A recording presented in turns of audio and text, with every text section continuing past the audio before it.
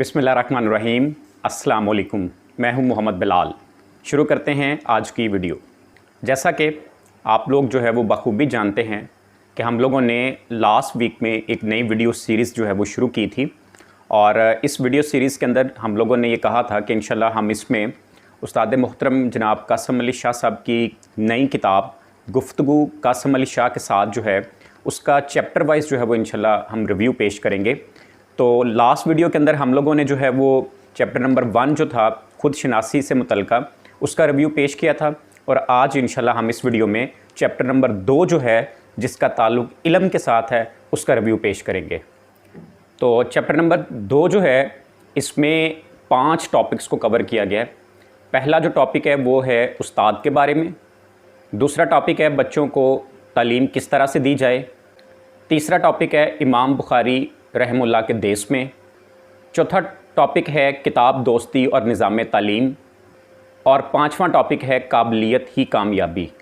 तो पहले चैप्टर के अंदर जिसका ताल्लुक़ जो है उस्ताद के साथ है, तो उस्ताद मोहतरम जनाब कासिम अली शाह साहब लिखते हैं कि तदरीस जो है एक बड़ा ही मुक़द्दस फ़रीज़ा है और जो उस्ताद होता है उसका ताल्लुक़ तालीम के साथ नहीं बल्कि समझाने के साथ है।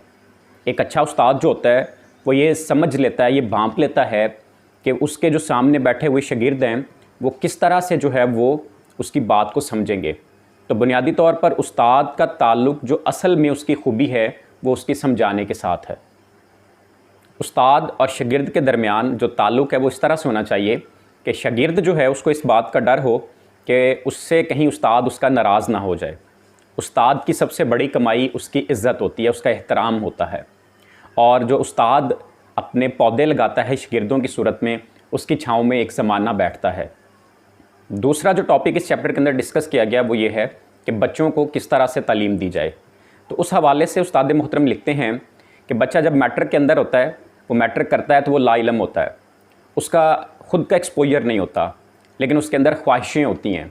अब वो अपनी ख्वाहिशों को पूरा करने के लिए दूसरे लोगों से मशवरे करता है, वो अपने वालिदैन से मशवरे करता है, अपने उस्ताद से मशवरे करता है।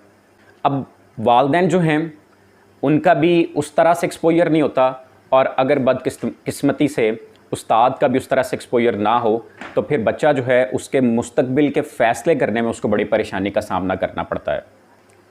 उस्ताद मोहतरम लिखते हैं कि हमें शुरू से ही अपने बच्चों के अंदर इस बात का शऊर पैदा करना चाहिए कि उनका जो शौक़ है और ज़रिया मुआश है वो एक होना चाहिए, क्योंकि अगर आपका शौक़ और ज़रिया मुआश एक हो तो आपके लिए काम करने में आसानी होती है।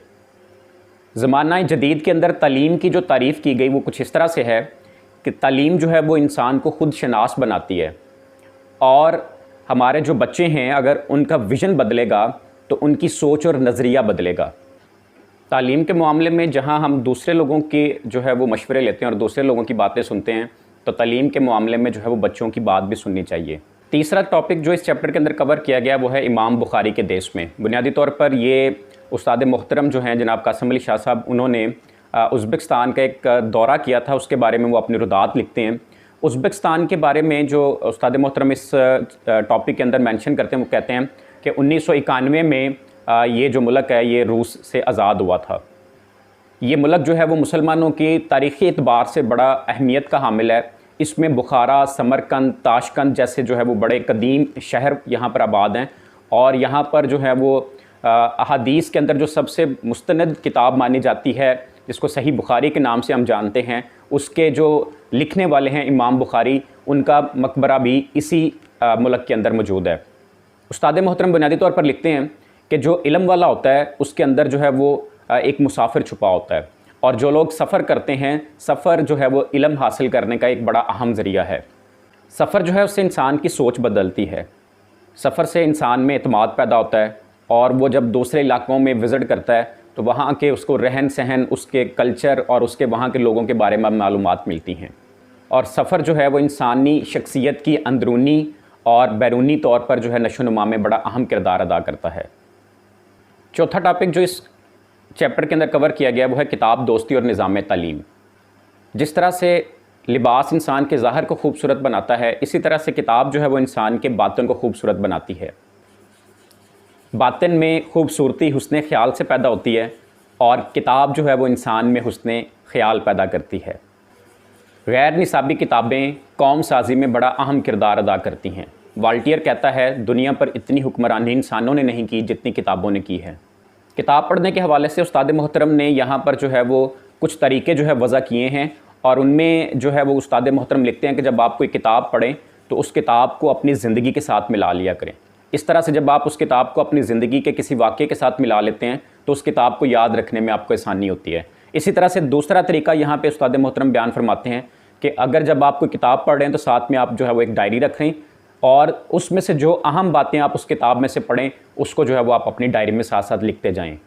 इसी तरह से अगर कोई इंसान जो है वो किताब इसलिए पढ़ रहा है कि उसने उसमें से लेक्चर तैयार करना है, तो जैसे जैसे वो किताब पढ़ता जाए वो साथ में नोट्स जो है उनको बनाता जाए। चौथा टॉपिक जो इस बुक में कवर किया गया है वो है काबिलियत ही कामयाबी। हर इंसान जो है उसमें पैदाइशी तौर पर कुछ खूबियाँ होती हैं, और ये खूबियाँ जो हैं ये टैलेंट कहलाती हैं, और कुछ सलाहियतें जो इंसान वक़्त के साथ सीख कर अपने अंदर पैदा कर सकता है उनको सलाहियतें कहा जाता है।